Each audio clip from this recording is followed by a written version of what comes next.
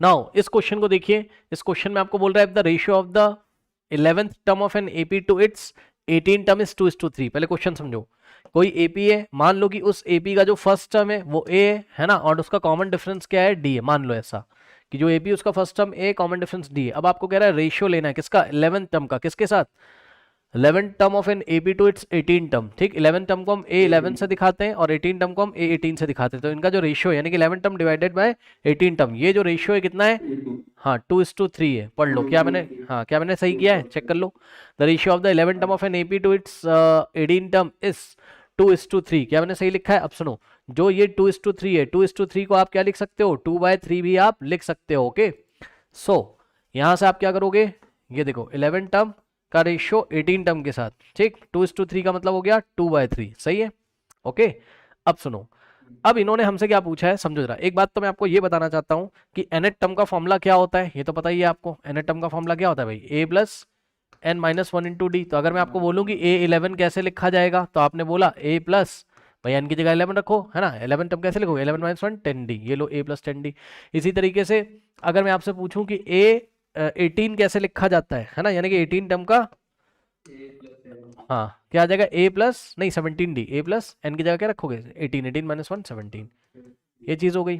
तो बस यही चीज है। अब हम क्या करेंगे नेक्स्ट स्टेप में, हम एक काम कर लेते हैं पहले, यहां से देख लो आप, हम क्या करेंगे नेक्स्ट स्टेप में, ये देखो, ये जो a11 लिखा था, a11 की जगह इसकी वैल्यू लगा दो, कितनी है, a प्लस 10d। तो 11 टर्म को a प्लस 10d से दिखाया जाता है, और 18 टर्म को कैसे दिखाते हो, a 18 की जगह आप क्या लिख दोगे, a प्लस 17d, ये लीजिए।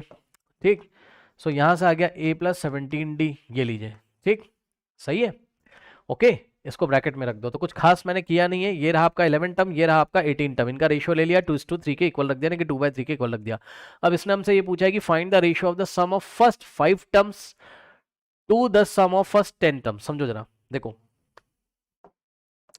हमको इस एपी के स्टार्टिंग के find the ratio of the sum of first 5 terms, तो स्टार्टिंग के 5 टर्म्स का सम लेना है to the sum of first 10 terms, और स्टार्टिंग के 10 टर्म्स का सम लेके उनका रेशियो लेना है, यानी कि स्टार्टिंग के 5 टर्म्स का सम, समझ रहे हो कैसे दिखाएंगे, S5 से। क्यों भाई, इस एपी के स्टार्टिंग के 5 टर्म्स के सम को आप कैसे दिखाओगे, S5 से, और स्टार्टिंग के 10 टर्म्स के सम को कैसे दिखाओगे, S10 से। यही रेशियो आपको बस निकाल लेना है। ठीक, स्टार्टिंग के 5 टर्म्स का सम का रेशियो निकालना है स्टार्टिंग के 10 टर्म्स के सम के साथ। ओके, चलो बहुत बढ़िया। अब सुनो मेरी बात ध्यान से, देखो अगर आपको ये निकालना है, ठीक है, तो एक बात मैं आपको बताता हूं कि आपने एसएन का फॉर्मूला पढ़ा हुआ है, थोड़ा समझिएगा।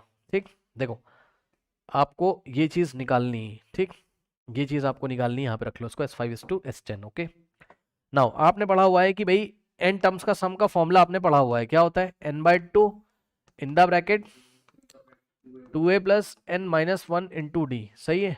अगर मैं इसमें n की जगह 5 रख दूं तो S5 क्या बन जाएगा, 5/2। सही है, in the bracket 2a plus 5 minus 1 कितना होता है, 4। ठीक, ऐसा कुछ आ जाएगा। ओके, अगर आप चाहें तो क्या चाहेंगे आप, अगर आप चाहें तो अंदर से 2 लेके कॉमन काट भी सकते हैं, बट जरूरत नहीं है, छोड़ दो। ठीक, अब सुनो, अगर मैं आपको बोलूँ कि भाई S10 निकाल लो, स्टार्टिंग के 10 टर्म्स का सम, तो इस फॉर्मूले में n की जगह क्या रखोगे, 10, तो ये क्या हो जाएगा 10/2। ओके, और यहाँ क्या आ जाएगा 2a और प्लस n माइनस 1, यानी कि 10 माइनस 1 कितना होता है बताइए, 9d। सही है ना।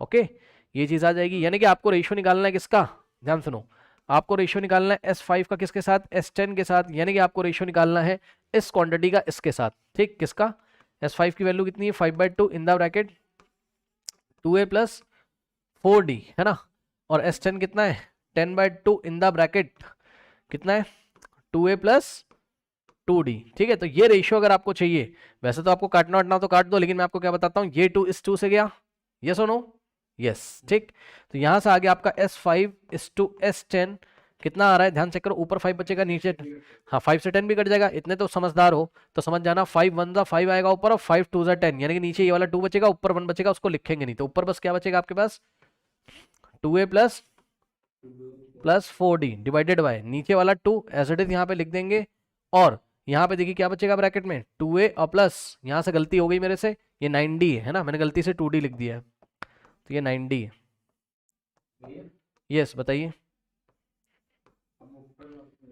हाँ सही कह रहे हो आप ऊपर से 2 कॉमन लेके काट सकते हो, कोई दिक्कत नहीं, चलो काट लो भाई, क्या दिक्कत है। ठीक, लो ऊपर वाले में से 2 कॉमन ले लो, लो भाई ले लो, क्या दिक्कत है। ऊपर क्या बचेगा a, और प्लस 4d की जगह क्या बचेगा 2d, लो ठीक।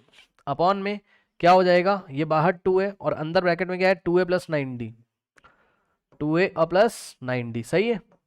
ये 2 से 2 कट गया। अब देखो पता है क्या हुआ, हम S5 इस टू S10 निकाल तो ले गए, लेकिन इसमें चक्कर क्या फंस रहा है, a और d आ रहे हैं। अब समझो समझो समझो समझो, देखो हमने क्या निकाला अभी तक, हमने S5 और S10 का रेशियो निकाल तो लिया, लेकिन आ कितना आ रहा है, वो a और d के टर्म्स में आ रहा है, जाके देख लीजिए।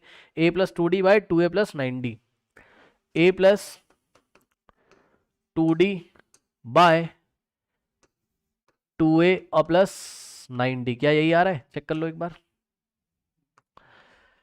a plus 2d by 2a plus 9d। अब देखो ये तो भैया आंसर नहीं आ रहा है, अगर आंसर नहीं आ रहा तो इसका ये मतलब है कि जो इन्फॉर्मेशन इन्होंने दी थी, इन्होंने क्या इन्फॉर्मेशन दी थी आपको याद है, ये वाली इन्फॉर्मेशन दी थी इन्होंने क्वेश्चन में कि जो 11 टर्म है और जो 18 टर्म उनका रेशियो कितना है 2/3। तो इस इक्वेशन को यूज करके a और d में रिलेशन निकाल लो, क्या पता a की वैल्यू d के टर्म्स में या d की वैल्यू a के टर्म्स में आ जाए और बात आपकी बन जाए।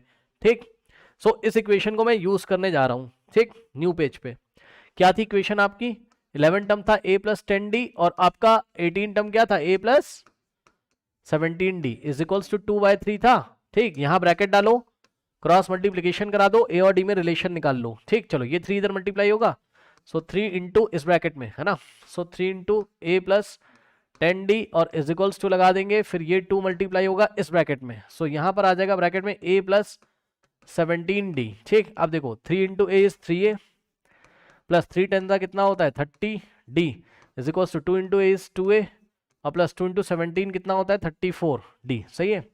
अब लाइक टर्म्स को लाइक टर्म्स के पास ले आओ, ये 2a आएगा लेफ्ट हैंड साइड, कितना हो जाएगा बताओ 3a और माइनस 2a, ऐसा कुछ हो जाएगा, 3a minus 2a is equals to, ये 34d राइट हैंड साइड है, ये एज इट इज रहेगा और 30d राइट जाएगा, सो 30d माइनस हो जाएगा, सही है। अब सुनो 3a माइनस 2a 1a होता है, 1a का मतलब a होता है। ठीक, इज इक्वल्स टू 34 माइनस 30 कितना होता है 4d, तो a की वैल्यू कितनी आ गई 4d, ये बड़ा मजेदार है, a की वैल्यू 4d आ गई, ले जाके रख दो। ठीक, सो यहीं पे मैं आपको करके दिखा दूं, a की जगह आप क्या पुट करोगे, ये वाले a की जगह 4d, तो a की जगह आपने रखा 4d और प्लस ये वाले 2d को ऐसे ही रहने दो, ऐसे ही रहने दो। नीचे देखो, नीचे बड़े ध्यान सुनो, अगर a कितना है 4d है तो 2a कितना हो जाएगा 8d, भैया चेक कर लो ना, इसमें 2 से बोथ साइड मल्टीप्लाई कर दो तो लेफ्ट में 2a हो जाएगा और राइट में 2 4 8d, ये लो।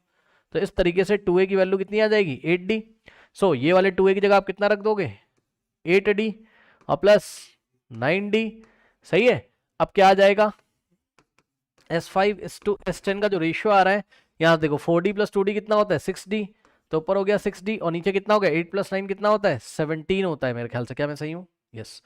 अब d से d गया, यानी कि स्टार्टिंग के 5 टर्म्स का जो रेशियो है वो स्टार्टिंग के 10 टर्म्स के सम के साथ अगर लोगे तो 6 कितना आ जाएगा 17, यस हो नो, बताइए हो जाएगा, इजी क्वेश्चन है, कर लीजिए।